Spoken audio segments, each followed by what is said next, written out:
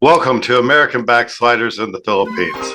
My name is Dwayne Walker, and I just got back from a trip to the Philippines a few months ago where I began working on my documentary, current title American Backsliders in the Philippines. I do have one movie, wrestling, that is streaming on Tubi, Plex, Amazon, and other streaming channels.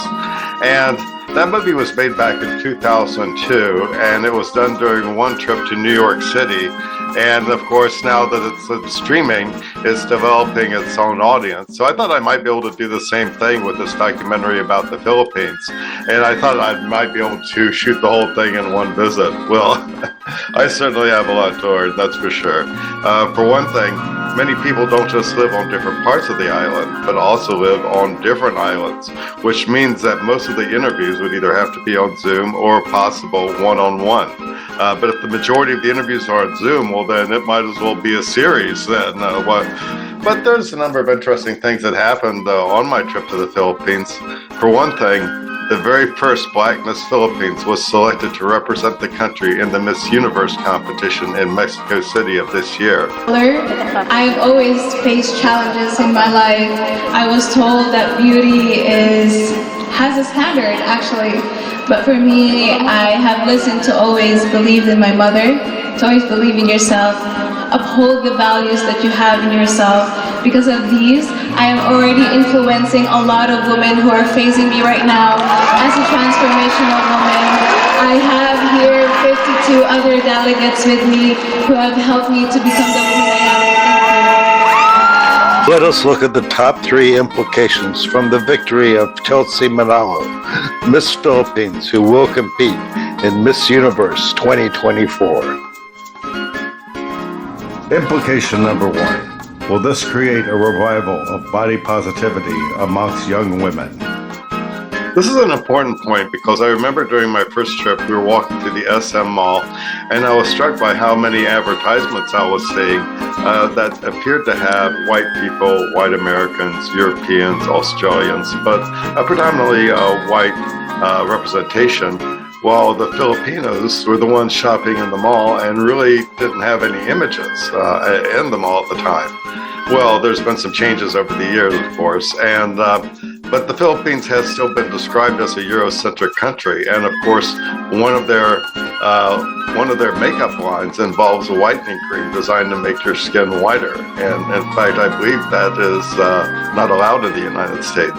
Well, the fact that this year's Miss Philippines is the first Black Miss Filipina might mean things might be improving when it comes to the self-esteem issues of teenage girls in the nation.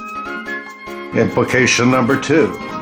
Will there be respect for the traditions and practices of the indigenous people of the Philippines? The second thing that struck me is when Chelsea was asked what her issues would be as Miss Philippines, she wanted to draw attention to the issues and heritage of the indigenous people in the Philippines.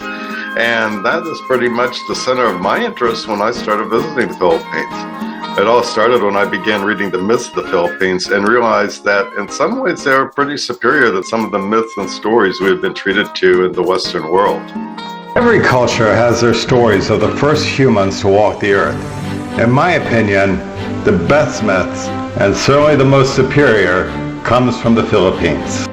In their story of creation and the first people to walk the earth, there was a great flood, and this bird was flying through the air, and in the ocean below, this bird, this seagull, saw a piece of bamboo and heard knocking on it. The bird picked up the bamboo and opened it, and inside the bamboo were the first humans, male and female. Malakas, the first male, or the first Filipino, and Maganda, the first woman or first Filipina. And what I like about this story and what makes it so superior to Adam and Eve and the Garden of Eden story is that man and woman emerged equally. Of course, once the church took over and these myths were stomped out, things began changing for the indigenous people. Of course, some fought back, like Lapu-Lapu, who actually killed Magellan when the Spaniards were in the early days of trying to take over the Philippines. Now, an animated musical about Lapu-Lapu came out, which treated them like a bad guy, and there were some meetings in the Philippines about whether or not the movie should even be banned. But it was agreed that the movie shouldn't be banned and that they should use it as a teaching tool to properly learn from the past. which something that wouldn't be such a bad thing for us in the United States. Will there be a reawakening amongst young people concerning their indigenous roots? And on my last trip to the Philippines, I did speak with a man named Lil J, who has just recently been licensed to teach in Philippine high schools. And I asked them that question. Is there any kind of movement in the Philippines of people trying to go back to their pre-Spanish, pre-Christian roots? Yes, I think yes, but it is, I'm not sure, but for me, I think it is, there are some, like what you said, in particularly among the indigenous communities. However, it is not very successful like the one with the story in the England. It is not successful because Philippines is predominantly Christian country, and somehow it's kind of a conflict, and it's kind of hard on their part because yes, we are a predominantly Christian country. But whatever may happen, much congratulations to Chelsea Manalo, and may this be her year to work with the indigenous people. Hopefully that can really take off with promise and prosperity. And if she wanted to be the next Darna, well, I think she could get away with that also.